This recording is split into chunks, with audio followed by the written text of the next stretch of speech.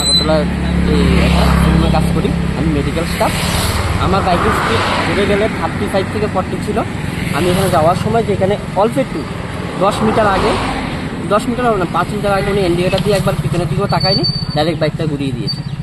আমার বাইক আমি জায়গায় এখানেই ব্রেক দিয়েছি, এখানে দাঁড়িয়েছে, উনি এসে পুরুষ ইয়ে করে দিয়েছে। দুজন ছিল, একজন মহিলা একজন পুরুষ।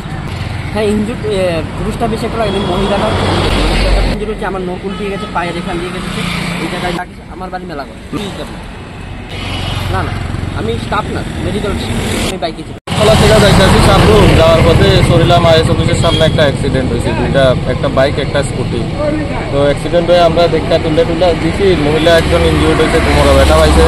তো ফায়ার সার্ভিসে কল করা হয়েছে, তাই না ওই বিশ্রামগঞ্জ হসপিটালে নিয়ে যাওয়া হয়েছে। বিশ্রামগঞ্জ হসপিটালে নিয়ে গেছে। তারা 3 জনে অ্যাক্সিডেন্ট হয়েছে, স্কুটির ভিতরে একজন মহিলা একজন পুরুষ আছে, আর একটা সিঙ্গেল বাইকে লাগ, 3 জনে ইনজিউর্ড হয়েছে। সরিলাম আইএস অফিসের সামনে।